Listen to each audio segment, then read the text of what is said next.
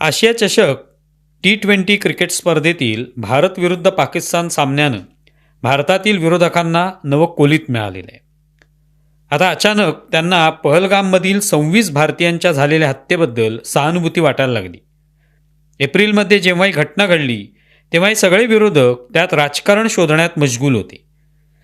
पंतप्रधान नरेंद्र मोदी आणि भाजपा हे तर विरोधकांचे या सगळ्या निमित्ताने लक्ष आहेतच, पण रविवारी त्याची झळ चक्क अजित पवारांनाही बसली.